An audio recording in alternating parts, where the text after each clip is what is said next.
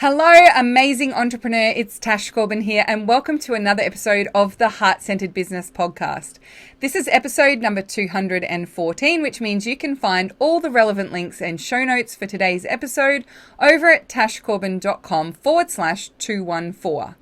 In today's episode, I'm going to be sharing with you how to articulate your unique value proposition in your messaging and your marketing. This is going to be really helpful for those of you who struggle to talk about what you do in a way that has your ideal client saying, yes, that's exactly what I need. So if that's you, jump on in. Let's get started with this episode. I'm Tash Corbin, and this is the Heart-Centered Business Podcast. It is such a common issue for women entrepreneurs in particular to struggle with how they sum themselves up or sum up their business or portray their value quickly and easily. And the term unique value proposition is often thrown around as one of those special secret keys to helping you get your business really thriving and getting your messaging clear so that people know very quickly, are you for me or not?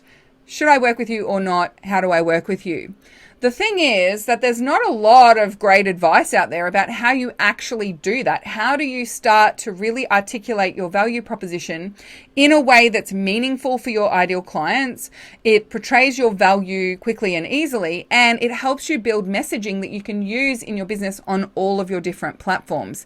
So I've come up with 6 tips for you on how you can really get good at articulating that value proposition and how you can incorporate that into your messaging and marketing.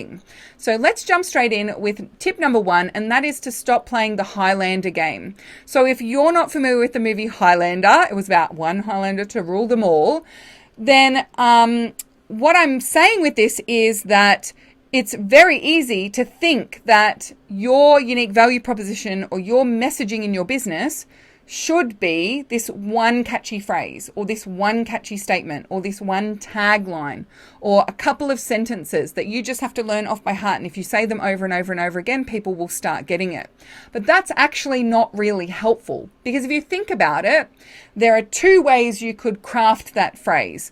Either you craft that phrase using really common words and language and phrases that people actually understand, but then if you do, you're going to sound like every other person who works in your industry.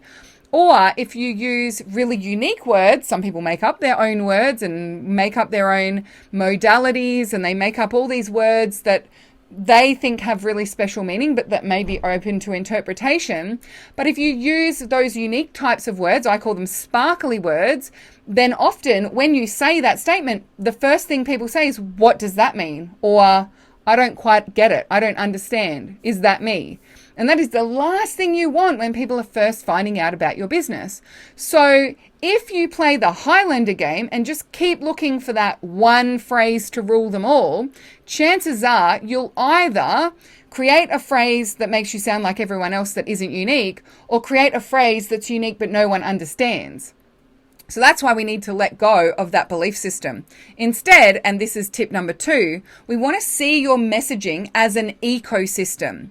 Your blog posts contribute to that messaging. The posts you put on Facebook contribute to that messaging.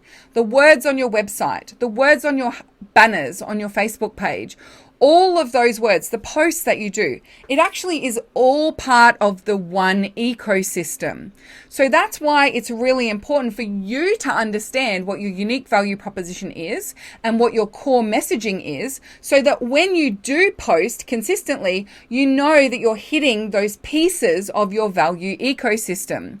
Now, inside my Takeoff program, we actually build that ecosystem out in a beautiful diagram. We call it our messaging onion, and it shows the different ways that you articulate your value proposition depending on how hot the audience is or how cold the audience is. So we have different layers of the ways that we talk about our business and the value proposition and our messaging, so that it's connecting with people at the appropriate level for what stage they are in terms of the customer journey.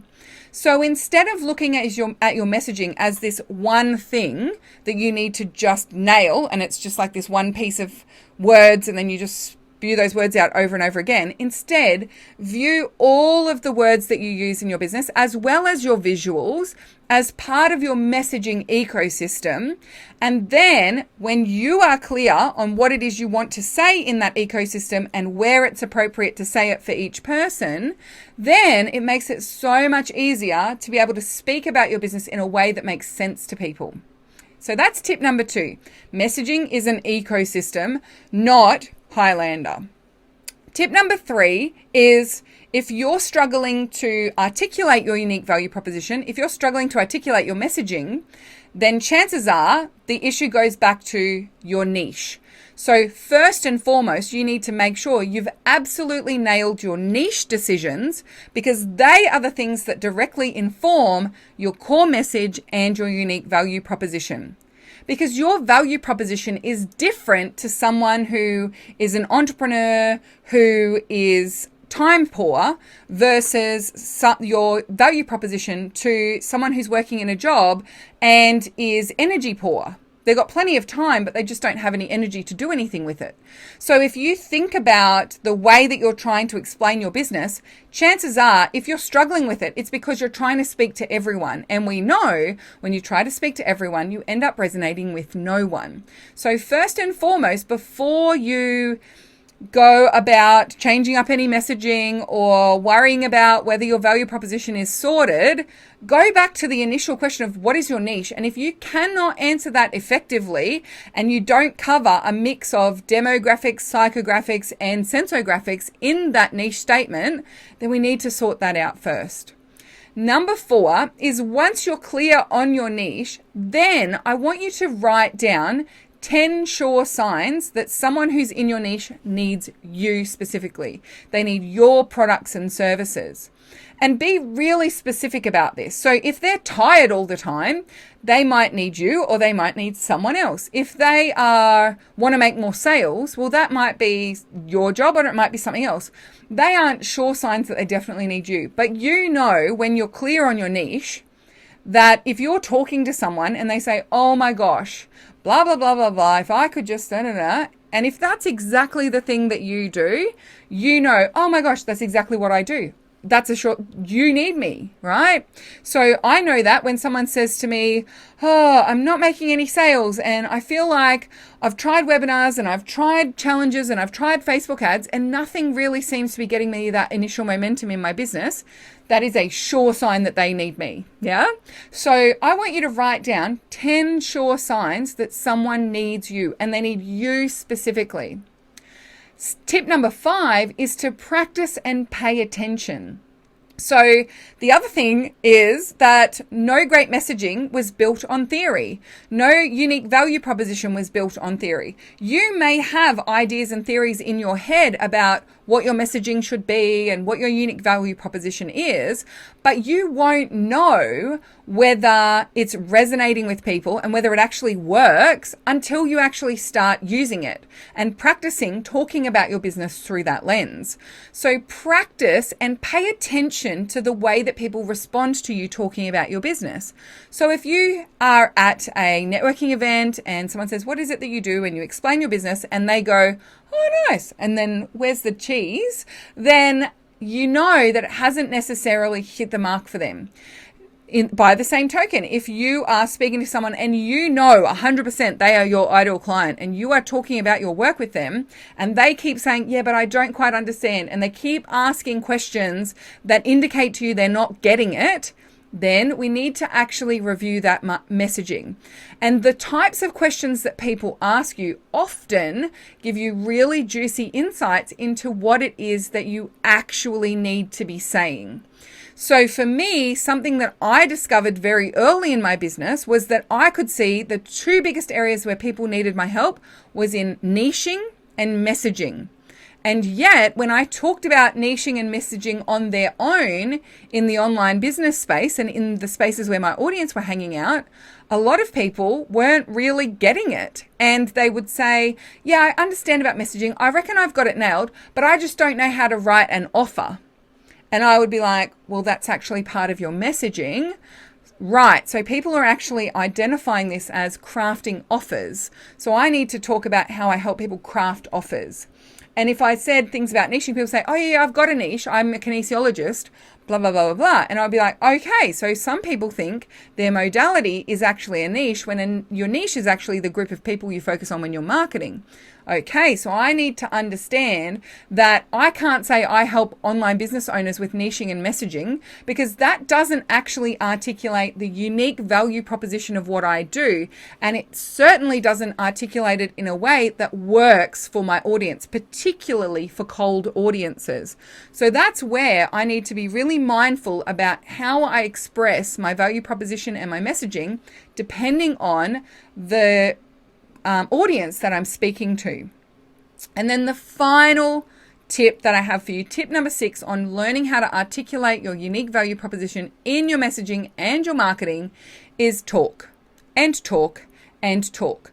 The more you do Facebook Lives, the more you record videos, the more you type up blog posts, the more you do posts on social media, the more you have sales conversations with potential clients, the more clients you actually work with, the easier and easier it gets for you to start articulating this.